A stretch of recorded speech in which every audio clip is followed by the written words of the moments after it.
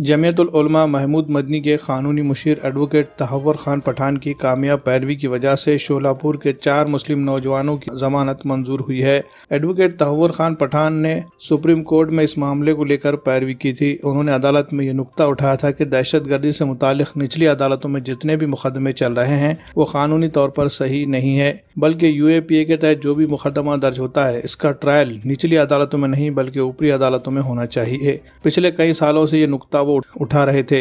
आखिरकार supreme court की 6 रुकनी bench ने इस मामले में तारीखी फैसला देते हुए एडवोकेट तहव्वुर खान पठान के मौक़िफ़ को सही ठहराया है। इस फैसले के बाद निचली अदालतों में चल रहे कई दहशतगर्दी के मुकदमात में हलचल शुरू हो गई है और अदालतों से जमानतें मंजूर हो रही है। एडवोकेट तहव्वुर खान पठान को इसी कामयाब पैरवी के लिए उन्हें तहनीत पेश करने के लिए आज नांदेड़ में यूथ ब्रिगेड की जानिब से एक मुख्तसर सी तहनीती नशिस्त का इनेकाद किया गया।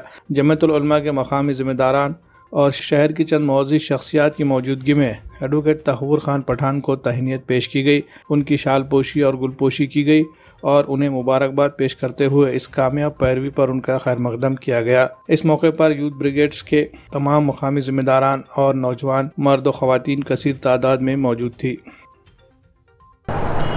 एक्चुअली गुज़िश्ता हफ्ते जो सुप्रीम कोर्ट के मैटर्स हुए हैं उसमें 2 बड़े सुप्रीम कोर्ट से मैटर हुए और एक बम्बई का हुआ। तो 7 और 8 तारीख में 2 दिन में 3 बड़े मैटर अल्हम्दुलिल्लाह हुए। उसमें जो बड़ा मैटर था वो सोलापुर वाला था, जिसमें आप शायद सुने होंगे कि जो जेल के बाहर 8 बंदों का जो फायरिंग वगैरह हुई थी वो इन्हीं केस में के बंदे थे। और ये केस खुसूसी इसलिए है कि इससे नई तारीख़ रकम की है इस केस ने, कि इसमें जो कोर्ट के इख्तियारात है, मैजिस्ट्रेट कोर्ट के इख्तियारात को चैलेंज किया गया था और ये जो 7 साल का वक्फा इसके लिए लग गया और बिलाखिर सुप्रीम कोर्ट ने इस बात की तस्दीक कर दी कि मैजिस्ट्रेट कोर्ट को ख़तन इख्तियार नहीं है कि जो मैटर में UAPA unlawful activities prevention act लगता है उस मैटर को के अंदर रिमांड्स भी ये कोर्ट दे नहीं सकते।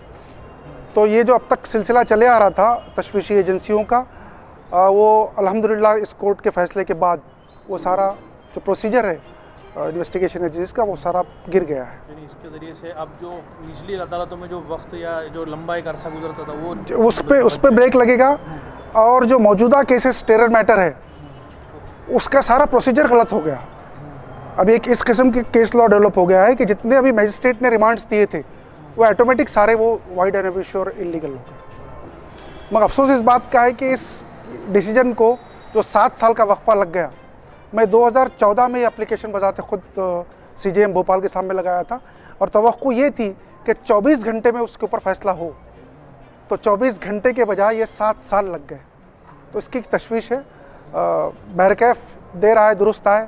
तो मैं ये जो फ़ैसला है तो हिंदुस्तान की जो जुडिशियल सिस्टम है इस पे भरोसा स्ट्रेंथन करने वाला फ़ैसला इसके तौर पर मैं देखता हूँ और इंशाल्लाह आगे कोशिश रहेंगी जमीयत लीगल टीम की कि फ़ैसले जल्दी लाने की कोशिश की जाए। देखिए भाई साहब, जब जो भी इस किस्म का काम होता है तो स्टार्ट में जितने भी अफवाहें या पेपर में प्रिंट मीडिया, इलेक्ट्रॉनिक मीडिया इसको उछालती है, खसदर उछालती है, और जब चार्जशीट आती है, समझिए 100 चीज़ें आ रही है, वो चार्जशीट में 5 चीज़ें भी मौजूद नहीं रहती।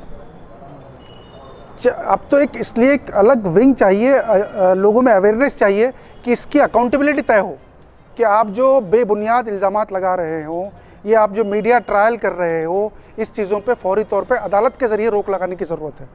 तो इंशाल्लाह जमीयतुल उलमा महाराष्ट्र की लीगल टीम का एक अगला वो जो रहेगा कि जो मीडिया ट्रायल के ज़रिए अभी कुछ हुआ नहीं है, किसी कोर्ट ने उन बंदों को दहशतगर्द डिक्लेयर नहीं किया है, किसी कॉम्पिटेंट कोर्ट ने डिक्लेयर नहीं किया है, ये एजेंसी का एलिगेशन है और उससे कहीं बड़ा चढ़ाकर उसको मीडिया में पेश किया जाता है। लेकिन जब केस शुरू होता है, जब चार्जशीट आती है, जब एक्विजिशन वो होता है तो उसके अंदर ये तमाम चीज़ें नज़रत होती है। आज यूथ ब्रिगेड नांदेड़ की जानिब से आली जनाब एडवोकेट तहव्वुर खान साहब की गुलपोशी इस्तकबाल का प्रोग्राम था।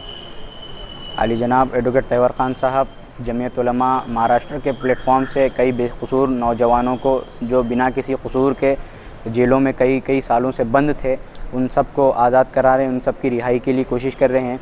मैं अपनी यूथ ब्रिगेड और तमाम नांदेड़ की आवाम के ज़रिए हज़रत एडवोकेट तहव्वुर खान साहब का वालिहाना इस्तकबाल करता हूँ और मैं शुक्रगुज़ार हूँ तमाम चीफ़ गेस्ट का और एडवोकेट तैवर ख़ान साहब का कि उन्होंने अपने कीमती औकात में से हमको वक्त दिया।